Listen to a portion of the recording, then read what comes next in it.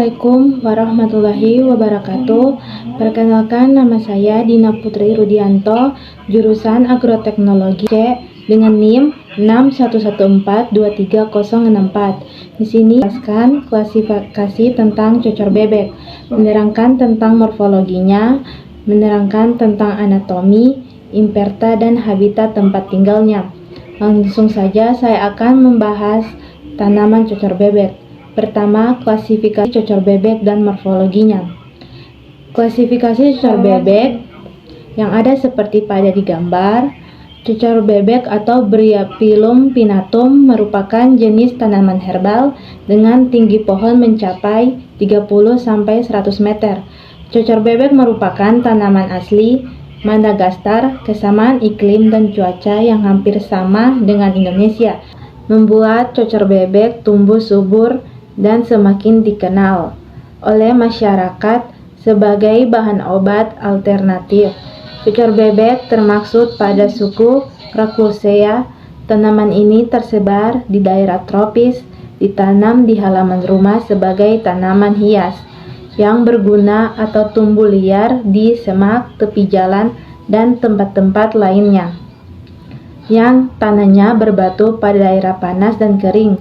Tanaman cocor bebek tidak hanya dimanfaatkan sebagai hias, tetapi juga dimanfaatkan untuk pengobatan karena daun cocor bebek mengandung saponin, flavonoid, dan tanin.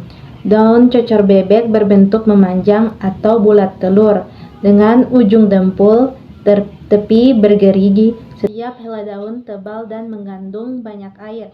Selain itu, tangkai daunnya bersayap dan dapat dikembangbiakan sebagai tanaman atau bibit baru. Jika daunnya dipetik, akan membentuk kuncup-kuncup anak tanaman dalam tore-tore pinggiran daunnya. Cocor bebek mempunyai batang yang tegak dan pangkalnya berkayu dan bentuk segi 4 tumpul atau membulat. Yang kedua, jaringan cocor bebek. Jaringan cocor bebek juga dikenal sebagai jaringan saraf tiruan atau artificial neural network.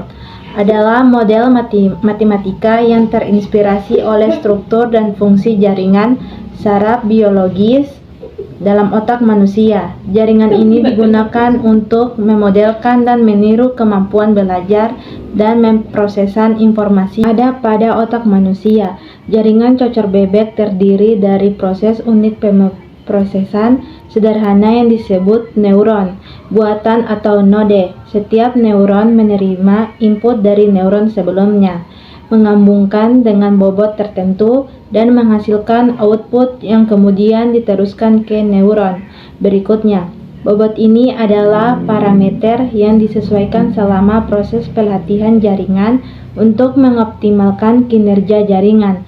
Seperti diketahui bahwa cocor bebek merupakan tanaman dengan jalur fotosintesis C3, yang mana jalur fotosintesis ini akan membuka stomata-nya di pagi hari dan melakukan fotosintesis di pagi hari, di mana tanaman C3 ini memiliki kandungan karbon dioksida CO2 di atmosfer yang lebih tinggi pada tanaman C3.